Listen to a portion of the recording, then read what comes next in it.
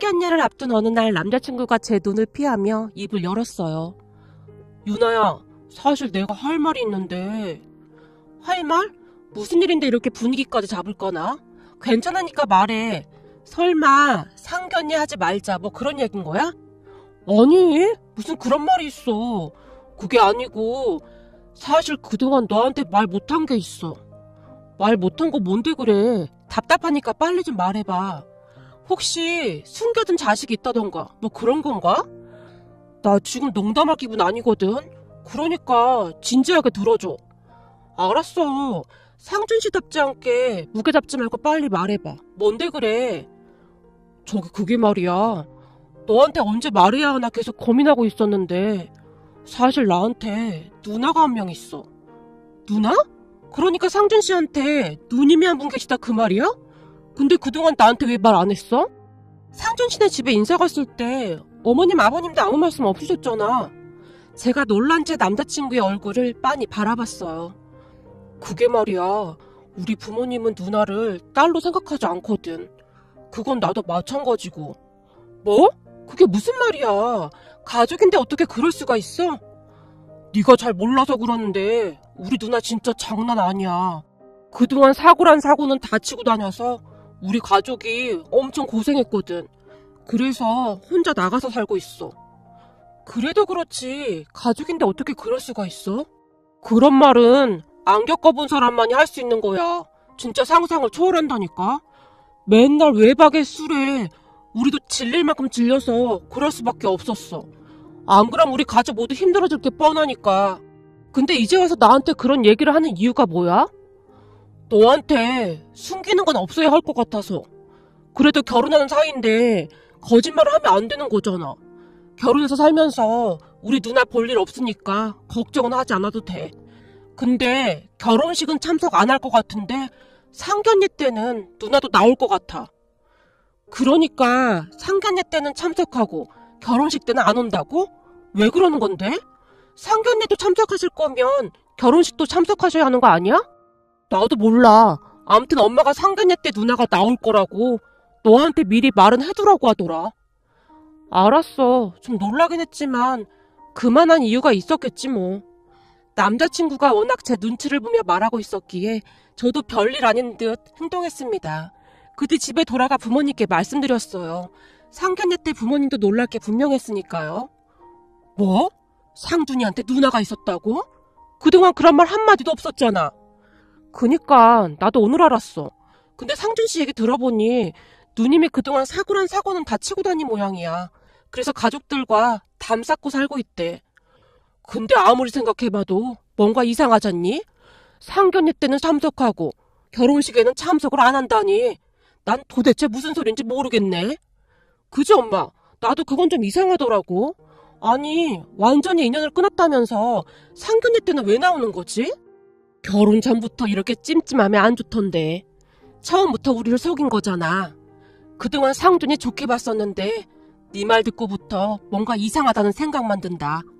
엄마가 찜찜한 듯 긴 한숨을 내쉬었어요. 그리고 저도 그런 엄마와 같은 마음이었는데요. 남자친구와 저는 3년이 넘는 기간 동안 교제를 했었거든요. 근데 그 3년이란 기간 동안 단 한 번도 제게 누나의 존재에 대해 말한 적이 없었습니다. 남친뿐만 아니라 남친 부모님조차도 아예 없는 듯 그렇게 행동을 했었으니까요. 거기다 자식이 아무리 사고를 치고 다녀서 밉다 해도 실제로 자식과 연을 끊고 사는 부모가 몇이나 될까요? 우리 가족과는 너무나도 다른 그들의 모습이 낯설기까지 했습니다.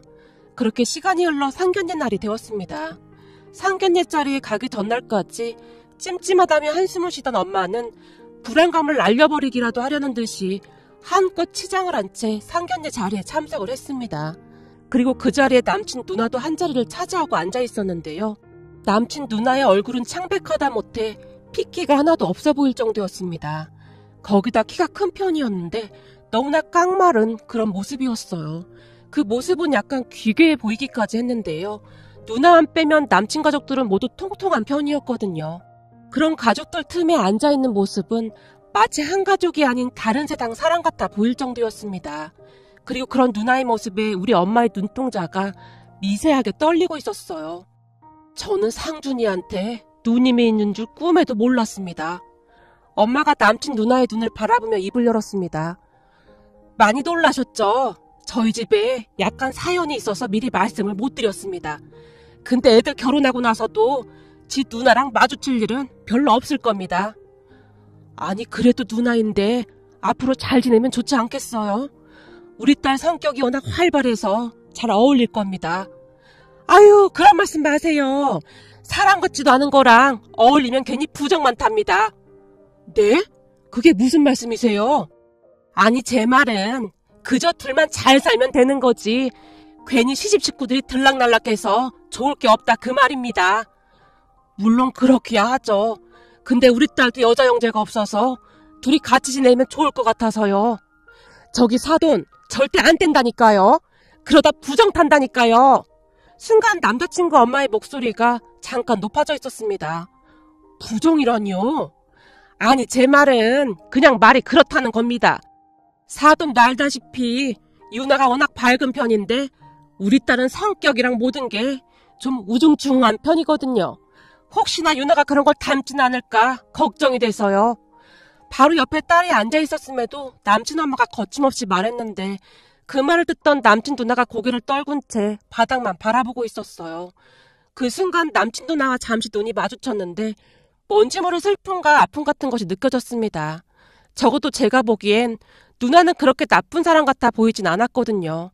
엄마도 제 생각과 같았던 것인지 남친 누나를 보며 엄마가 조용히 말했어요. 왜요? 누나가 눈도 크고 얼굴도 엄청 예쁜데요. 자, 우리 이제 다른 얘기 할까요? 결혼식 날짜는 언제로 하면 좋을까요? 그리고 혼수는 그냥 간단하게 했으면 좋겠는데 어떨까요? 남친 엄마가 급히 말을 돌리며 우리 부모님을 바라봤습니다. 그렇게 양가 부모님께서 이런저런 이야기를 하는 듯 했고 그날따라 저는 속도 미식거리고 몸도 좋지 않아 화장실에 가려고 잠시 자리에서 일어났습니다. 유나야 어디가? 나 속이 좀 안 좋아서 잠깐 화장실 좀 다녀올게. 같이 갈까? 아니 괜찮아. 나 혼자 다녀올게.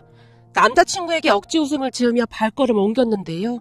제가 문 밖을 나서자마자 남친 누나가 눈치를 보더니 저를 따라 나왔어요.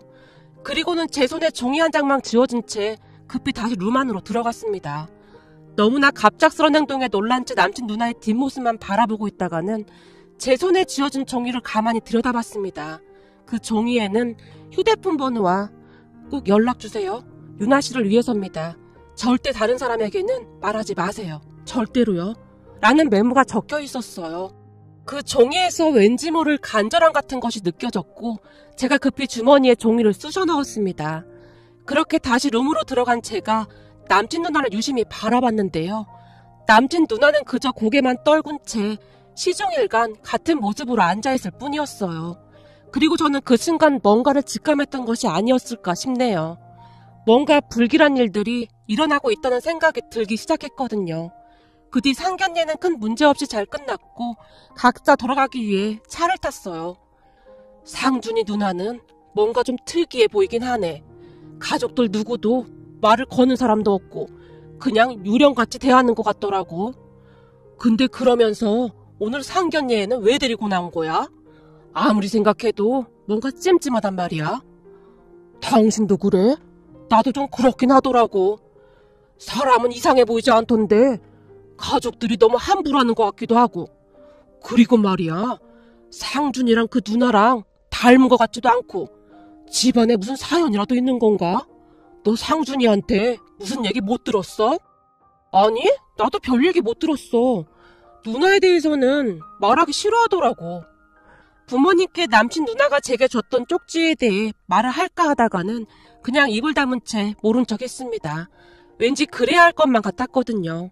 그렇게 며칠이 더 지난 어느 날 남친 누나가 줬던 쪽지를 홀로 바라보며 전화를 할까 말까 망설이고 있었어요. 전화를 해야 할 것 같긴 했지만 전화를 걸었다가 혹시나 저 깊고 깊은 곳에 꽁꽁 숨겨져 있던 무엇인가가 툭 하고 튀어나오는 것은 아닌지 걱정이 되었거든요. 제가 절대 알아서는 안 되는 그런 거 말입니다. 그리고 며칠이 더 지난 어느 새벽 잠을 자고 있었는데 꿈에서 남친 누나가 제 눈앞에 서 있는 게 아니겠습니까? 남친 누나가 손을 뻗어 꼭 움켜쥐고 있던 제 손을 손가락으로 가리켰어요. 놀란 제가 움켜쥐고 있던 주먹을 피며 가만히 내려다보니 그때 남친 누나가 제게 건넸던 쪽지에 전화번호가 보였어요. 그 순간 화들짝 놀라서 잠에서 깼습니다. 무슨 이런 꿈을 꾸는 거지? 제가 홀로 중얼거리며 불안한 마음을 진정시키려 노력하고 있었어요. 결국 회사에 출근을 하고 얼마 뒤 제가 그 번호로 전화를 걸었습니다. 이제야 전화를 했네요. 계속 전화 기다리고 있었는데. 안녕하세요. 제 입장에서는 사실 고민이 좀 됐습니다. 불쾌하셨다면 죄송합니다. 아니요. 내가 불쾌할 게 뭐가 있겠어요. 저기 그것보다도 혹시 한번 시간 내서 저 좀 만나러 올래요? 누님을요? 상준 씨한테 들으니 홀로 계신다고 하던데 그럼 제가 어디로 가면 될까요? 그럼 내가 이 번호로 문자 넣을 테니까 보고 찾아올래요? 언제쯤 가면 될까요? 아마도 빨리 오는 게 본인한테 좋을 겁니다. 결혼 준비하기 전에 알아두는 게 좋을 것 같아서요. 물론 오기 싫다면 오지 않아도 되긴 하는데 그랬다간 나중에 크게 후회할 거예요. 인생에서 가장 중요한 게 결혼인데 그렇게 막 하면 안 되는 거잖아요. 유나 씨도 귀한 딸인데 말이죠. 되도록이면 빨리 오는 게 유나 씨 신상에 좋을 겁니다. 그리고 오늘 저랑 통화한 건 절대 상준이한테 말하지 않는 게 좋겠죠? 남친 누나의 목소리를 가만히 듣고 있는데 상견례 때 본 사람이 맞나 싶을 정도로 전혀 다른 느낌이었어요. 목소리에서 왠지 모를 살기 같은 것이 느껴졌다고 해야 할까요? 암튼 그날 이후로 남친 누나의 목소리가 잊혀지지 않은 채 제 귓가에 맴돌고 있었습니다. 그렇게 며칠 뒤 퇴근 후 남친 누나가 문자 메시지로 알려준 주소로 발걸음을 옮겼습니다. 알려준 주소를 찾아가기가 많이 어려웠는데 그곳은 아파트가 아니었거든요. 복잡하게 얽혀있는 시장 한귀퉁이에 꼬불꼬불 이어진 골목길을 따라 한참을 걸어가야만 했으니까요. 그런데 그 주소 앞에 도착해서 그곳을 확인하던 제가 얼음이 되고 말았는데요. 대문 앞에 땡땡 점집이라는 커다란 글자가 써 있었거든요. 저는 평소 무속인에 대해 굉장히 부정적인 편이었습니다. 제가 생각하는 무속인이란 그냥 돈을 벌어먹기 위해 힘들고 약한 사람들을 구현해서 사기를 치는 것이라고 굳게 믿고 있었거든요. 그랬기에 문 앞에서 감히 들어갈 엄두조차 내지 못한 채 잔뜩 망설이고 있었습니다. 그 순간 문이 열리면서 남친 누나가 빼꼼히 얼굴을 내밀었어요. 왜? 무당집이라 안 들어오는 거예요? 아니 그게 아니라 땡땡 떡집 오른쪽 파란색 대문이라고 해서 맞는 건가 잠시 생각하고 있었어요. 거기다 전 지금껏 살면서 이런 곳에 와본 적이 한 번도 없어서요. 그런 사람이 상준이랑 결혼을 하려고 했어요? 네? 상준 씨가 왜요? 잘 알면서 뭘 물어요. 그 집 몇 번 가봤을 거 아니에요. 그럼 그 집 여기저기에 부적이 붙어있는 것도 봤을 텐데. 남친 누나가 의미심장한 눈빛으로 저를 바라봤어요.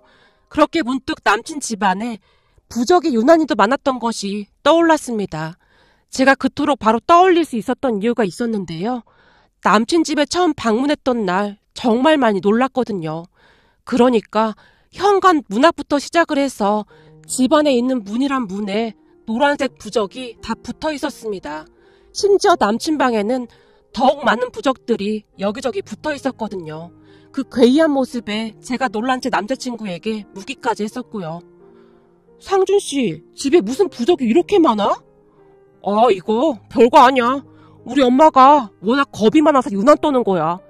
누가 어디 점집이 용하다고 말하면 가서 부적 받아오고, 또 다른 사람이 다른 점집이 용하다고 말하면 거기서 또 받아오고, 그러다 보니 집안이 이 모양이 됐네. 방에 부적을 이렇게 많이 붙이고 있으면 안 무서워? 난 좀 정신 사납고 무서울 것 같은데? 나 여기 들어오자마자 으스스한 그런 느낌이 들었거든. 에이, 무섭긴 뭐가 무서워. 자기도 알다시피 이거 다 미신이잖아. 미신인 줄 알면서 뭐라 이렇게 많이 붙여놨어? 그거야, 우리 엄마가 워낙 노심초사하는 성격이라 이렇게 붙여놓으면 마음이 편하다고 해서 그냥 효도한다는 생각으로 엄마가 원하는 대로 해드린 거야. 돈 들어가는 것도 아니고 엄마가 원하는 대로 해드리면 가정에 평화가 찾아오니까. 남친이 장난스레 키득키득 웃고 있었어요. 상준씨, 그럼 설마 우리 결혼하고도 신혼집에 부적을 이렇게 많이 붙여놔야 하는 거야? 아니, 그럴 필요 없을걸. 엄마 말로는 자기가 있어서. 뭐라고? 내가 있어서? 그게 무슨 말이야? 아니, 그게 아니라 자기 사주팔자가 너무 좋아서 결혼하면 나한테 좋은 기운을 많이 줄 거래.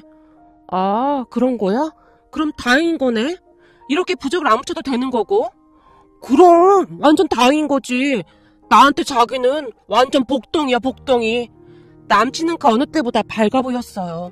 그렇게 제가 한동안 넋이 나간 사람 마냥 기억을 더듬고 있었는데요. 그러지 말고 우선 들어와요. 여기 무서운 곳 아니니까. 아, 네. 제가 기어들어가는 목소리로 대답을 한 뒤 살금살금 남친 누나를 따라 집 안으로 들어갔습니다. 그리고 그날 저는 그곳에서 남친 누나에게 소름 끼치는 이야기를 들어야만 했습니다. 혹시 처음 상준이 집에 갔을 때 모르는 여자 한 명 있지 않았어요? 눈썹이 시커멓고 눈 위아래에 아이라인 진하게 하고 한복 비스무리한 거 입고 있는 여자요. 아, 그러고 보니 여자분 한 분이 식탁에서 상준 씨 어머님이랑 커피 드시고 계셨어요. 제 대답과 동시에 남친 누나가 실수와 함께 툭하고 한마디를 내뱉었어요. 그럼 그렇지. 네? 도대체 뭘 말씀하시는 건지. 유나 씨 그때 그 여자가 유나 씨를 뚫어지게 쳐다보지 않았어요? 아니면 혹시 손금을 봤다던가. 네, 관상이랑 사주를 좀 보실 줄 안다면서 상준 씨랑 저랑 궁합을 봐준다고 했거든요. 그럼 유나 씨 생년월일이랑 태어난 시 그런 거 다 말해줬겠네요? 그렇죠. 제가 태어난 시를 정확히 몰라서 엄마한테 전화까지 해서 알려줬는걸요? 근데 그게 왜요? 나쁜 인간들. 남의 귀한 자식을 가지고 뭐 하는 짓이야? 왜요? 제가 뭘 크게 잘못한 거예요? 유나 씨, 지금부터 내 말 잘 들어요. 상준이네 가족들 아주 못된 인간들이에요. 그러니까 내 말 잘 듣고 상준이 그놈이랑 당장 헤어져야 해요. 절대 만나지도 그리고 전화통화도 하지 마요. 네? 그게 무슨 말씀이세요? 저희 조금 있으면 결혼인데 헤어지라고요? 상견례까지 다 한마당해요? 지금 상견례가 문제가 아니에요. 상준이 그놈이 유나 씨를 왜 선택한 줄 알기나 해요? 저를 선택하다니요. 우린 서로 사랑하는 사이예요. 사랑이요? 상준이 그놈은 유나 씨를 사랑하는 마음 따위는 눈꽃만큼도 없을걸요. 그냥 저 살자고 유나 씨를 끌어들이고 있는 거예요. 내가 몇 년 전까지 그 집에서 살면서 무슨 일이 있었는 줄 알아요? 그렇게 남친 누나가 그동안 있었던 일을 구구절절 말하기 시작했습니다. 우선 남친 누나는 그 집의 친딸이 아니었어요. 그러니까 아주 오래전에 상준이네 집으로 입양이 됐다고 합니다. 우리 친엄마가 돌아가시고 얼마 뒤 친아빠까지 갑자기 돌아가셨어요. 결국 난 혼자 남게 됐고 친가 가족들을 따라가게 됐는데요. 친가 가족들이 다들 저를 키우지 않겠다고 다퉜고 결국 할머니를 따라가게 됐어요. 할머니도 딱히 저를 달가워하진 않았고요. 그래도 할머니는 손녀를 다들 예뻐하지 않나요? 아니죠. 나 같은 경우는 아주 특이한 경우였으니까요. 우리 외갓집에 외증조 할머니부터 우리 엄마 그리고 작은 이모까지 다들 신기를 가지고 있었거든요. 유나 씨, 신기가 뭔지 알죠? 네, 잘은 모르지만 그냥 여기저기서 주워 듣긴 했어요. 이 신기가 온 사람한테는 이상한 현상들이 나타나기 시작해요. 갑자기 이상한 목소리가 들린다든지 헛것이 보인다든지 아니면 아무런 이유도 없이 그냥 알아누워 버린다든지. 아마도 전 외갓집에 피를 이어받은 모양이었어요. 가끔가다 이상한 소리도 들리고 헛것도 보였거든요. 아빠, 엄마가 결혼할 때도 그런 것 때문에 할머니가 엄청 반대를 했다니까요. 그랬으니 엄마를 꼭 빼닮은 저를 할머니가 싫어할 수밖에요. 네 엄마 때문에 우리 아들이 그렇게 일찍 간 거야. 이게 다 네 외가의 신기 때문이야. 귀하디 귀한 우리 아들을 그것들이 데려간 거야. 라고 시도 때도 없이 눈물만 흘리셨거든요. 한참 동안 말을 하던 남친 누나가 잠시 말을 멈추고 허공을 응시하고 있었어요. 그 뒤 남친 누나는 참 힘든 삶을 살았다고 합니다. 그러던 어느 날 눈가가 시커멓게 생긴 어떤 아줌마가 할머니 집에 찾아왔다고 했어요. 어르신, 혼자 손녀 키우시기 힘드시죠? 거기다 제가 보통 애가 아니니 더 힘들겠네. 당신 누군데 이상한 소리를 짓거리고 있어? 아니, 내가 얼마 전에 시장에 갔다가 분식집 앞에서 할머니랑 손녀를 봤거든요. 근데 손녀한테서 예사롭지 않은 게 느껴지더라고요. 그래서 그 분식집 아줌마한테 어르신이 어디 사는지 물어봐서 이렇게 찾아왔어요. 예사롭지 않긴 뭐가 예사롭지 않아. 쓸데없는 소리 집어치우고 당장 나가. 아줌마의 말에 화가 날 대로 난 할머니가 부엌에서 소금을 한 주먹 가지고 나오셨다는데요. 당장 안 나가면 확 소금 뿌려버리려니까 당장 나가. 할머니, 진정 좀 하시고 내 얘기 좀 들어보세요. 내가 딱 보니 할머니 아들 며느리가 단명했네요. 근데 손녀도 딱 그 팔자다 이 말이에요. 여기 이대로 뒀다가는 얼마 못 가서 엄마 아빠 따라가겠는데? 뭐야? 이게 어디 와서 미친 소리를 짓거리고 있어? 그래서 말인데 내가 잘하는 집이 있는데 지금 애가 안 생겨서 입양을 알아보고 있거든요. 지금 할머니 손녀가 그 집이 아주 딱이다 이 말입니다. 그럼 누이 좋고 매부 좋고 양쪽 다한테 아주 좋다 그 말입니다. 거기다 제가 어르신 곁에 딱 붙어 있으면 어르신한테도 좋을 거 하나 없어요. 어르신뿐만 아니라 다른 자식들한테도 좋을 게 하나 없다 이 말입니다. 작은 아드님이 사업하는구만요. 이대로 뒀다가는 그거 얼마 안 가서 쫄딱 망할 거예요. 제 신기가 작은 아드님 앞길을 막을 거다 이 말입니다. 아줌마가 막힘없이 술술 이야기를 했다는데 그 말을 듣던 할머니의 눈빛이 심상치가 않더랍니다. 그럼 내가 어떻게 하면 되는 거요? 제 신기를 감당할 사람이 많지 않으니 아까 말한 그 집으로 입양 보내면 딱 좋다니까요. 그 순간 그 아줌마의 얼굴에 미소가 가득 번졌다고 합니다. 남친 누나 이름이 소영이기에 지금부터는 글의 흐름상 소영 언니란 호칭을 사용하겠습니다. 암튼 그 뒤 할머니가 대충 짐을 싸서 그 아줌마에게 지워줬다고 합니다. 소영아, 그 집 가면 맛있는 것도 많이 사주고 좋은 옷도 입혀준다고 하니까 잘 살아야 한다. 알겠니? 그래도 한동안 같이 살았던지라 할머니가 뒤를 돌아 몇 번이나 눈물을 훔쳤다고 하네요. 그렇게 소영 언니는 그 아줌마를 따라 상준이네 집에 입양됐다고 합니다. 처음 한동안은 상준이네 부모님이 소영 언니에게 정말 잘했다는데요. 너 인형 좋아해? 인형 사줄까? 뭐 먹고 싶어? 피자 먹을까? 라며 소영 언니 마음에 들기 위해 엄청 노력을 했다고 합니다. 하지만 그때는 그 사람들이 왜 그러는지 전혀 몰랐다고 하는데요. 얼마 뒤 그 이유를 알게 되었답니다. 소영 언니가 입양되고 얼마 뒤 상준이가 태어났다고 했으니까요. 그리고 상준이가 태어났다는 소식에 소영 언니를 그곳으로 데리고 왔던 그 무숙인 아줌마가 득달같이 쫓아왔다고 합니다. 아들이지? 거봐 내가 뭘 했어. 소영이 쟤가 보통 애가 아니라니까. 앞으로도 상준이 곁에 소영이를 딱 붙여놔야 해. 그래야 상준이가 건강하게 잘 자랄 수 있어. 내 말 명심해. 알았어요. 걱정 말아요. 그나저나 보살님 덕분에 그렇게 안 생기던 4대 독자 아들을 낳았으니 이런 경사가 어딨어요. 내가 이 은혜는 절대 안 잊을게요. 당연하지. 내가 얼마나 정성스레 기도를 드렸었는데 앞으로도 내가 하라는 대로만 하면 문제될 거 하나 없어. 라며 그 무속인과 상준이 엄마가 신나서 떠들어댔다고 합니다. 유나씨, 내가 무슨 말 하는지 알겠어요? 그 집에서 유나씨를 선택한 이유를 알겠냐고요. 유나씨 혹시 액바지라고 들어봤어요? 유나씨는 지금 상준이 액바지다 그 말이에요.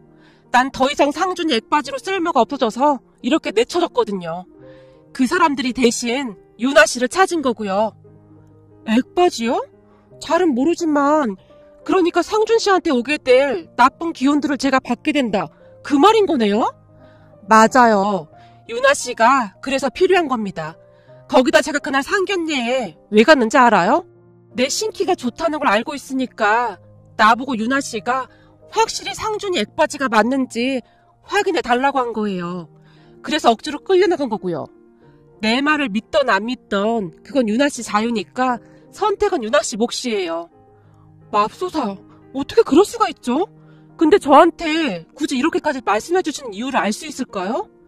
그때쯤 저는 정신이 반쯤 나가 있던 상태였지만 모든 걸 확실하게 하고 싶었거든요.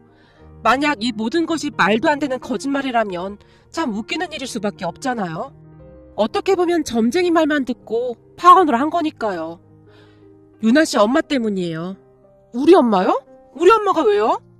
그날 유나씨 엄마가 상견례 내내 저를 보며 웃어주시더라고요.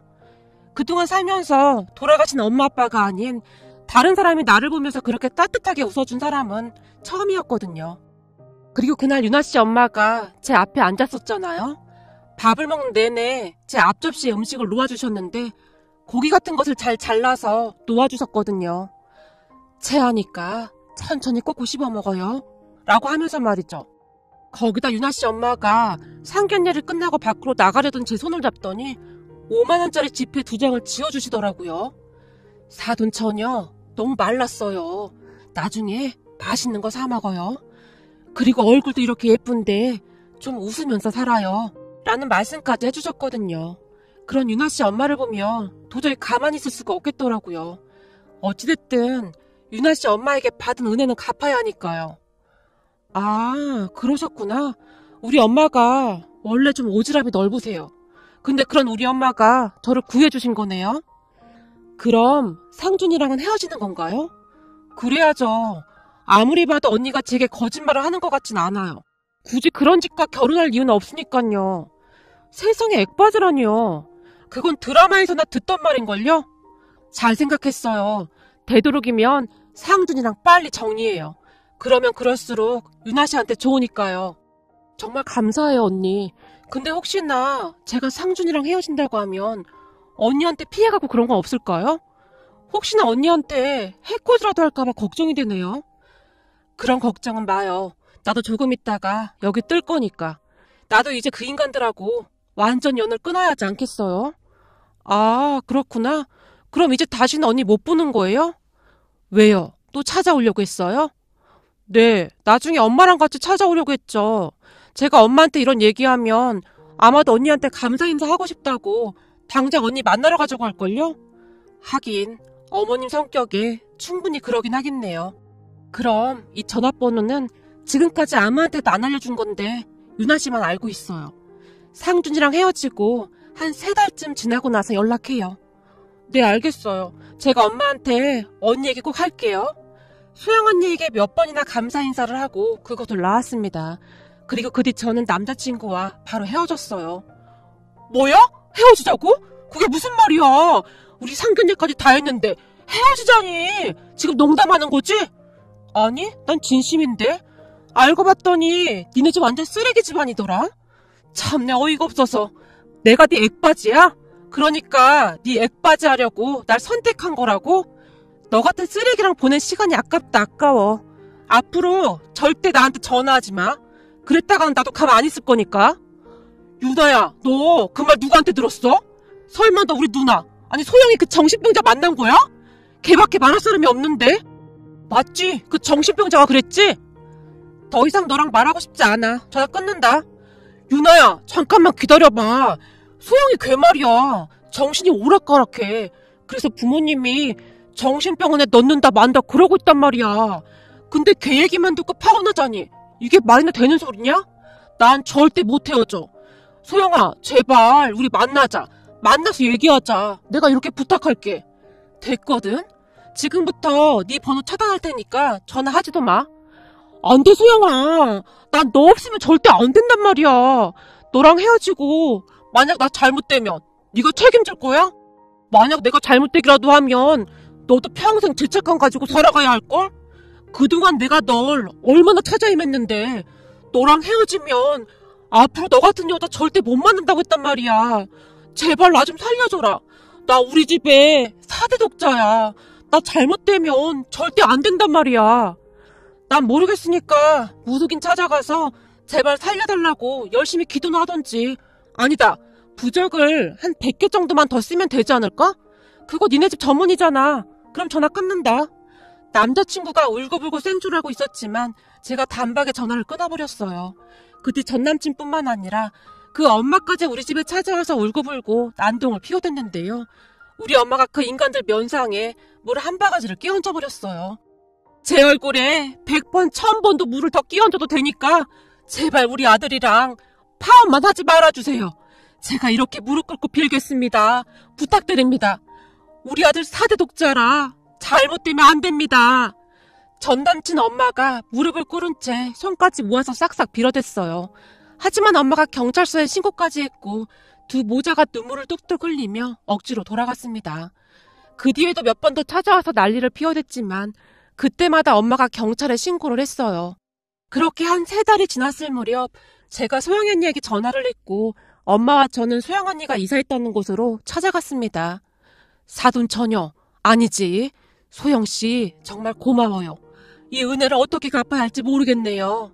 아닙니다. 그날 유나씨 어머니께서 제게 따뜻하게 해주셨던 것에 대한 보답인걸요. 정말 오랜만에 제 마음이 따뜻해졌습니다. 그 말에 엄마가 소영 언니를 가만히 안아줬습니다. 소영 언니가 엄마 품에 안겨서 눈물을 뚝뚝 흘렸고요. 그리고 그 뒤에도 우리는 소영 언니와 친하게 지내고 있습니다. 간혹가다 소영 언니가 우리 집에 놀러 오기도 하는데 그때마다 엄마가 소영 언니에게 따뜻한 밥을 해주고 있어요. 거기다 부모님이 소영 언니에게 엄마 아빠라고 부르라고 했거든요. 그 말에 소영 언니 눈에 눈물이 그렁그렁 했는데요. 그동안 이러한 평범한 일상이 얼마나 그리웠을까 하는 생각에 제 마음까지 아려올 정도였습니다. 그러던 어느 날 전남친 친구 한 명이 제게 전화를 했어요. 전남친과 3년이란 시간을 함께 했기에 친구들과도 꽤 가깝게 지냈거든요. 유나야, 상준이 말이야. 너랑 헤어진 뒤 뭘 그리 장난 아니야. 거기다 혼자 뭐라고 중얼중얼 거리기도 하고 얼마 전에는 회사까지 간댔대. 회사는 왜 간다? 그 회사 꽤 좋은 회사인데? 그게 말이야. 내가 얼마 전에 잠깐 만나고 왔는데 너랑 헤어진 뒤로 액바지가 없어졌다면서 무서워서 밖에도 못 나가고 있대. 혹시나 무슨 일이 있을까봐. 그 집 일 봐주는 점쟁이 있잖아. 그 사람이 절대 밖에도 나가지 말라고 했대. 얼굴이 완전 페인이야, 페인. 그 모습 보니까 너 상준이랑 헤어진 거 잘됐다 싶더라고. 세상에 액바지가 뭐냐, 액바지가. 상준이 그놈이 미친 거지.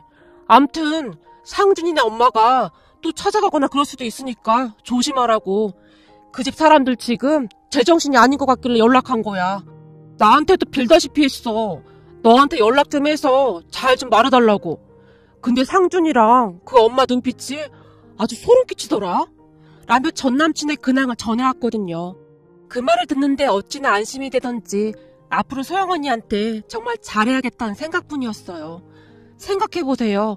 제가 만약 그 집에 들어갔다면 어떻게 됐을지 불을 보듯 뻔한 일이었을 테니까요.